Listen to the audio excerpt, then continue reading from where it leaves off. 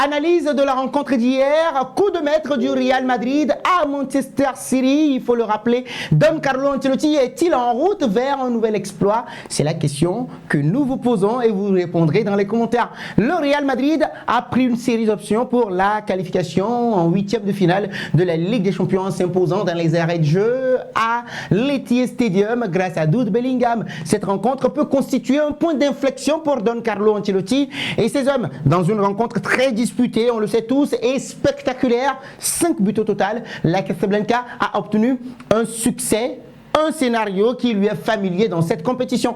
La coupe aux grandes oreilles. Les hommes de Don Carlo Ancelotti ont confirmé leur bonne deuxième partie de saison. Rappelez-vous, contre l'Atlético de Madrid le week-end dernier, un but partout face à un Manchester City blessé, mais qui restait quand même sur 2 victoires à domicile avec plus d'un but d'écart face à Chelsea, à Bruges. Le Real Madrid, bien évidemment, a sorti sa partition collective la plus aboutie, la plus cohérente également de la saison. Donc, peu de ces joueurs également ont été excellents, mais tous ont été à la hauteur de l'événement, que ce soit dans l'engagement, l'implication et les duels.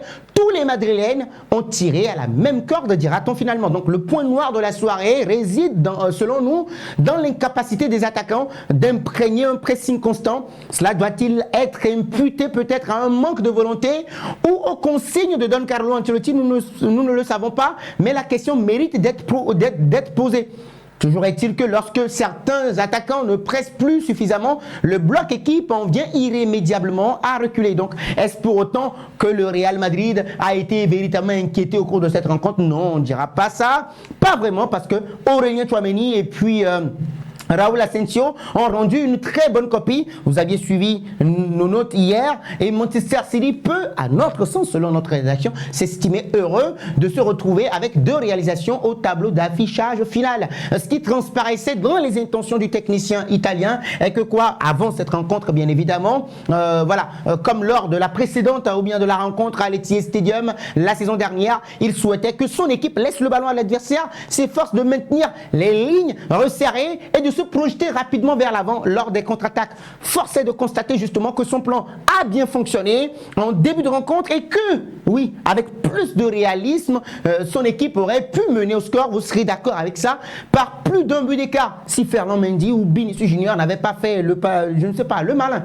Lorsque les attaquants du Real Madrid se dévouent justement au collectif, ils sont à même de soulever des montagnes. Certains observateurs comme Peter Schmeichel, la légende de Manchester United, ont souligné justement que Manchester City avait perdu pied dès que les Anglais avaient été reculés jusqu'en défense centrale. Certes, toutefois, il faut l'admettre, en deuxième période, le Real Madrid s'est bien montré plus à même de gêner les Anglais à la relance et cela s'en est fortement ressenti sur la configuration de la rencontre. En outre, les hommes de Don Carlo Ancelotti sont apparus bien plus à l'aise dans leur sortie de balle et le déplacement temporaire de Rodrigo Goes également dans l'axe du jeu a perturbé les hommes de Pep Guardiola et qui a apporté justement à Rodrigo Goes une finesse technique qui était la bienvenue en ce moment-là.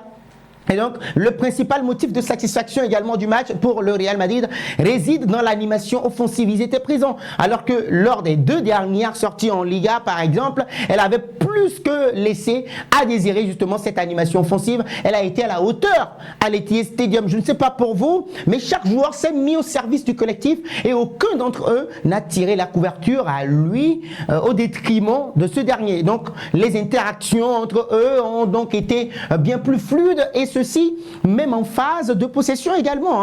Donc il n'est donc guère surprenant de voir ou bien que le Real Madrid soit l'équipe qui totalise le plus grand nombre de tirs à l'Etihad Stadium. Vous l'avez vu, une trentaine de tirs, toutes compétitions confondues depuis que Pep Guardiola est l'entraîneur de Manchester City. Voilà aussi un élément à ne pas perdre de vue. Même si les offensifs ont pêché en tout cas à la finition, leur capacité à se créer des occasions a été remarquable au cours de cette rencontre. Finalement, en revenant 2 fois au score et en arrachant la victoire en fin de rencontre, l'équipe de Don Carlo Ancelotti a fait preuve d'une grande force mentale d'abord et de beaucoup de caractère. Donc il convient désormais d'espérer que cette victoire avec ce scénario aura créé une émulation, une véritable émulation au sein du groupe, que ce soit, voilà, que ce dernier, en tout cas, ait pris conscience, ce groupe-là, de sa puissance lorsqu'il est solidaire et qu'il s'appuie justement sur cette performance pour ces grandes échéances d'ici la fin de la saison 2024-2025. À commencer par celle de la semaine prochaine d'ailleurs,